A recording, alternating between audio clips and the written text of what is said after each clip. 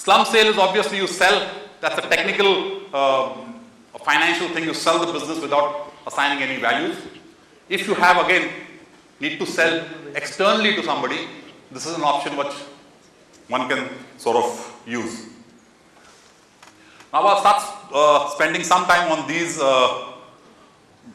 issues which are raised in this slide. Now, problems in when you are running a company and when you are acquiring a company. What are the financial issues? What is the financial mismanagement which we have seen? What we are trying to put together 6, 7 big issues. What you all need to sort of look at in your own business, whether you all need to do something in your own business, whether you all need to internally restructure, or if you are looking for an acquisition, what you need to be very, very careful about. So, we find in a lot of businesses, people are unable to differentiate between cash flows and profitability. What is profit and what is cash flow?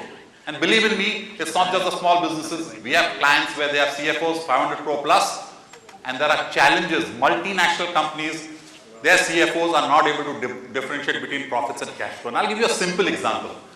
You make 5 crores of profit.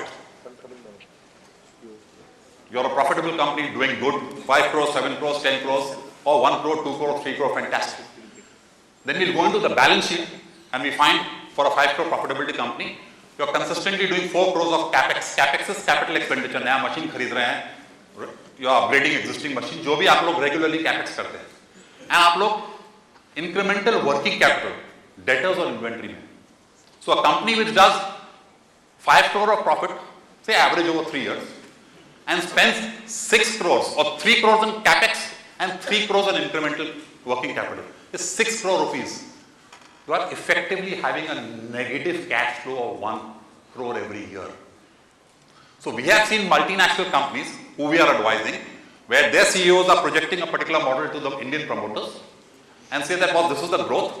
And when we do the detailed analytics of that company, we realize that they're not doing as good as what they ought to be doing. And we obviously try and change the focus of the managing director and tell him this is not how you look at the numbers. You obviously look at it this way. So yes, profitability is important, but cash flow is absolutely critical. So are you generating money for the shareholders? The answer may be not, and we have seen a number of companies who are extremely profitable and suddenly flame out. Absolutely suddenly flame out, and there are a number of cases here and abroad, suddenly flame out. Because nobody is focusing on the cash flows. So in your own business, and especially in the SME, small and medium enterprises, believe in me, for all the people in the audience out here who are not strong on numbers, cash flows is very, very critical. And I will give you certain highlights of what you all need to ask your accountants, your finance people, as owners of businesses, as people who are growing your businesses, what you all really need to focus on. So this is one of the big things in acquisitions also, which have gone wrong. People are just looking at the profitability, but what are the free cash flows of the company? People are not even able to sort of determine. Also we hear a lot of people, I have a lot of clients, my own cousins, when their businesses are down, they say कि भैया problem banks के साथ है, bank पैसा देती नहीं. Now the problem is, you are making losses. You want the bank to fund the losses. The fact is, they are not attacking the root cause of the problem. The root cause is your business is losing money, but you are expecting the bank to fund it. Banks have certain norms, and there are a lot of people in the market who are able to arrange funds for promoters like this. But the problem is, it's only creating problems for the promoters because you are incurring more and more debt, and in the current environment, you can't escape paying the banks. Maybe 15 years back till 95, maybe 2000, when Sarkozy was not there, you could get away with it. But today, with your personal guarantees and property, banks will get back their loans. Everybody is not a kingfisher. I presume everybody is running a medium-sized business, maybe 100 crore, 200 crores of debt. Banks will recover their sort of money. So, if you are making losses or there are cash flow problems, please look at the reasons. Don't say working capital problem hai. Working capital, people don't differentiate between what is working capital and what is losses. It's very critical for you people to understand in your own business whether internal restructuring is required, and if you're doing an acquisition, how is that company actually working? how exactly are they generating sort of money? How are the losses historically been funded? That's very, very critical for being able to do a thorough analysis of the target company or of your own company for selling out or doing a demerger. Nobody segments the business. This is again a technical thing. Why do very, very large companies falter or suddenly flame out? Do you do what is segmental analysis? So again, just to give you an example, if you are a construction company and you are doing 5 projects, a simple example I'm giving, in your industry also you could be into packaging, 2 different kinds of packaging. If you are doing 2 different kinds which are clearly identified, those are your segments. You go to analyze the numbers as per the segments. So what we do is we let the regulatory environment which says that you define your segment. Your auditor will tell you, your chartered accountant will tell you, आपका एक ही segment है, आप packaging धंधे में हो, आप एक ही तरफ. So accountants will dictate the way a business is running, but that's not the way you actually sort of do it. So you focus on segmenting your business and then determining what your profitability is. And believe in me, this is what starts our core work in almost all M&As. Almost all M&As, where the number crunching gives a different perspective to a promoter than what actually is being reported in the financial accounts. So we did an acquisition for one of the blockbuster promoters out here, and a pharma company. They had 32 products, US FDA, unique business model, absolutely unique. But he wasn't segmenting his product plan. He's doing it for the US FDA, not technically. Shop floor, everything, batch production, everything is there. But his financial accounts gives you one profit and loss figure and tells you this 32 products gives you this contribution. Contribution is sales minus all variable costs. So we told him, no, you'll have to, since your basic records are at 32 products, you should be able to do it. Now that's a complicated exercise. So just to motivate the promoter, I told him, I won't charge fees to you. You do this and I can guarantee you your operating profit will increase by at least 150 basis points. 1.5% से आपका profit बढ़ेगा. I can guarantee you. और आपका नहीं हुआ, आप मेरे को fees मत देना. I can guarantee you, looking at your business, this is how your profitability. And he got back to me after 3 weeks and he says, I am forecasting that my profitability will increase by almost 2.7%. He was perceiving certain things as making him money or actually making losses. So all you promoters sitting out here, there's a lot of perception you all go with. There's a lot of gut feel you all go with. There's not hardcore numbers to back it. There's just not hardcore numbers to back what exactly are you doing. So working capital and losses for them is same. By a loss or the bank is supposed to fund or somebody else is supposed to fund. So working capital problem. But working capital problem क्यों है? आपने जो धंधा शुरू किया, कितना debtors होना चाहिए, कितना इन्वेंट्री होना चाहिए, कितना क्रेडिटर्स होना चाहिए, what is your net working capital? Now this is a technical thing which is to be determined by the accountants, by the finance people, not by you business people. But as businessmen who are going to run efficient businesses, do you need to know it? Sure you do.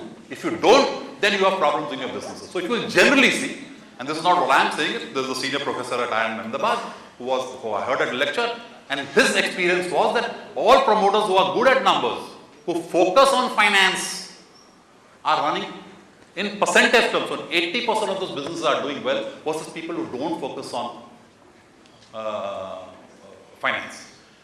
And he also mentioned in that lecture that 15 years back there was a study by McKinsey in the US which mentioned that 70 to 80% of the CEOs at that particular time were all finance people heading giant corporations in America.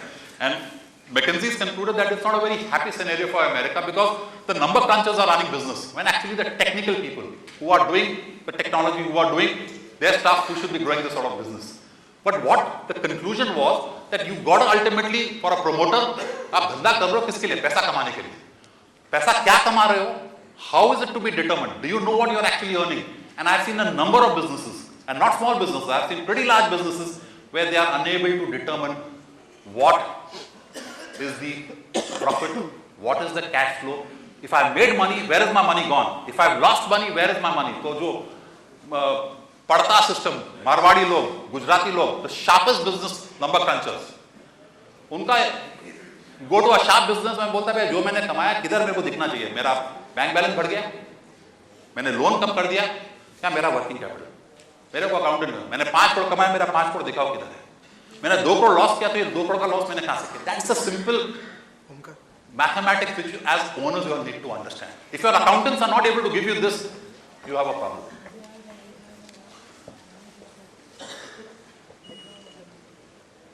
One critical thing, which again we keep focusing, all the business papers in India and abroad focus on only the profitability. Only profitability. Nobody talks of the balance sheet at all. So effectively, you will keep inflating assets, you will keep having incremental working capital, and what it does is your profit upon a ratio, I'm just giving you this again a technical thing on capital employed or net worth. आपका धंधे में अगर आपका 5 करोड़ लगा पड़ा है और आप you are earning 50 lakhs a year, what are you earning? You are earning 50 upon 5 crores. Is 10% return. But if you are earning 30 lakhs, what are you earning? You are earning 6%. So my question to promoters is, why should you be in this business? Why should you put in a bank and earn 8%? If you are consistently earning low percent, you got to keep challenging your own estimates every year. Why? Because you will have businesses, and I've seen it in your industry, where you are in an office which is worth today 50 lakh rupees, and it's going to be worth 10 crore rupees 10 years down the line, 15 years down the line. You're still sitting in that office and still making maybe 25 lakh rupees. Whether it makes sense to lease out that property and go to a cheaper location. You got to keep evaluating every year. So your net worth is not just what is mentioned on the balance sheet, but assets which have appreciated beyond a level. And a lot of businesses continue to do businesses. Believe in me, I know a whole lot of businesses who are not making economic returns, who are actually destroying capital. So they are sitting on prime assets. वो धंधा कर रहे हैं, बच्चों के लिए धंधा कर रहे हैं. So it's more an ego business rather than actually sound. So for example, as an industry, the hotel industry, for example, we call it a ROE business. So normal ROE is return on equity. We call it the return on ego business. You don't make economic returns. So what is economic return? आपको 1 lakh bank में डाला, आपने 8% कमाया, आपको 80,000 रुपए actual मिलता है और आपका 1 लाख रुपए protected. You have to make economic returns are above that. So in a business, when you put 10 crore rupees, 5 crore rupees, are you getting returns on that? That piece, return on capital employed, very few people analyze it. So on a transaction, a banker in New York from Citibank told me that he said the profit and loss account, and it stayed with me, this is quite a few years back, he says profit and loss account is for the fools. His assessment, he is an expert in debt.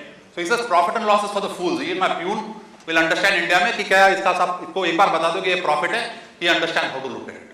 What is critical is to understand how the profit and loss account interacts with your balance sheet and with the business model, which will give you a holistic understanding of your business. And that's not an easy thing.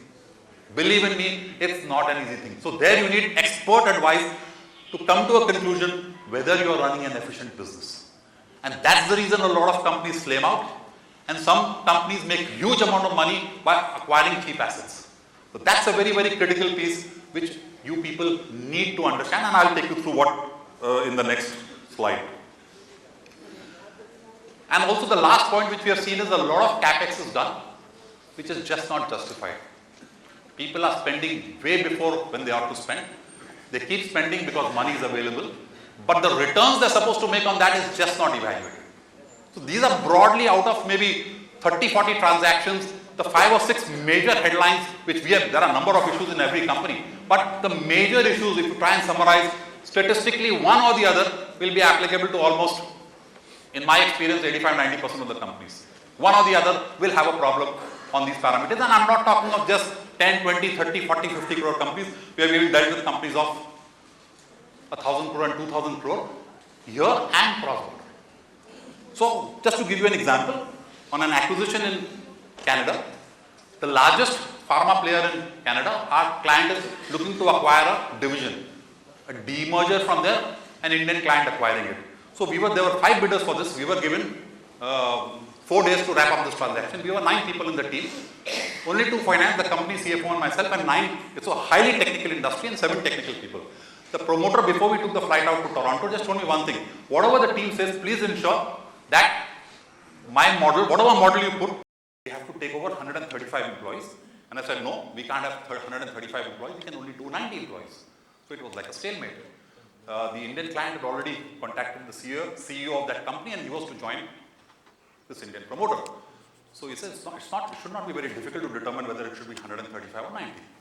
So the CFO of this client and the CEO of the target asset said, okay, let's put Rajeev and this gentleman into a room, and they don't come out unless until either 135 or 90 people. Just that basic issue, because there was a complete stalemate. I said, there's no way this model will fly. So when we did the analysis, the first question I asked him is, you are supposed to be selling, say, 10 crore rupees. If the 10 crore becomes 9 crores, what happens on your cost? For example, so if you've got 10 people working in your factory and you're spending 10 lakh rupees, when your business goes down from 1 crore to 90 lakhs, does your 10 lakh go down? It doesn't go down. So it's a fixed cost. When they modeled it out, when they said, when we did a sensitivity analysis, when they said the business went down, the manpower cost also went down. So it took us exactly 5 minutes to come to a conclusion that they modeled out the fact that when the turnover went down, the manpower went down. So I said, your 135 people are this cost, do they actually reduce? The answer was no. So here is a big, giant, billion-dollar company, their advisor is making a fundamental flaw in how he models it out and what the valuation ought to be, because this was his model, he has given it. So when we are bidding for a value, we are giving it a much lower value, because we are saying, these are the only people we can run with. The rest of the people are at your cost. So what I'm trying to get at is, it's just not the small companies. Even the large companies don't do analytics the way they need to. So what do, as owners, what do you people, without the jargons, what is this EBITDA, what is this return on net worth? Let's not go into the technicalities. Give me simple mantras. How do I run my business? How do I look to determine whether I need to restructure myself? Whether I'm ready to acquire a business? And if I'm acquiring a business, how efficiently is that running? How do I do our analytics on that? Some basic, simple mantra. Some very, very basic. And believe in me, it's applicable for a company with sales of 1 crore and it's applicable to a company of $10 billion. Absolutely the same. Around the world, exactly the same. It's the power of your analytical ability. So it's just not about this is high-flying stuff for the big company that's not applicable for a 1 crore turnover company. It's as applicable for a 1 crore company. So what is it? In your profit and loss account, aapko accountant gives you every month. What do you look at? We should look at only 2 figures as owners we should be looking at. What is net margin and fixed cost? So I'll spend maybe 3-4 minutes on what is net margin and fixed cost. Accountants, we typical accountants, confuse the business people. So the accountants are indispensable. So typically you see the accountants are very cagey about giving information. And I keep telling promoters, don't get into the situation where an accountant dictates your business decisions. Please do your business analytics yourself. So the question is, how do we do it? So what is net margin? This is absolutely critical for anybody who runs a business. Net margin is all your sales price minus all your raw material cost first. That everybody understands. All your raw material cost. What people don't understand is there are other variable costs. What are the other variable costs which go below to determine what is net margin? The other variable costs are when you produce something, you're going to pack it, that a lot of people take care. So raw material, packing material is part of the variable cost. What is not there is what about freight outward? You're sending it to your customer, you're having a freight outward. That is clearly variable to sales. When you're selling to your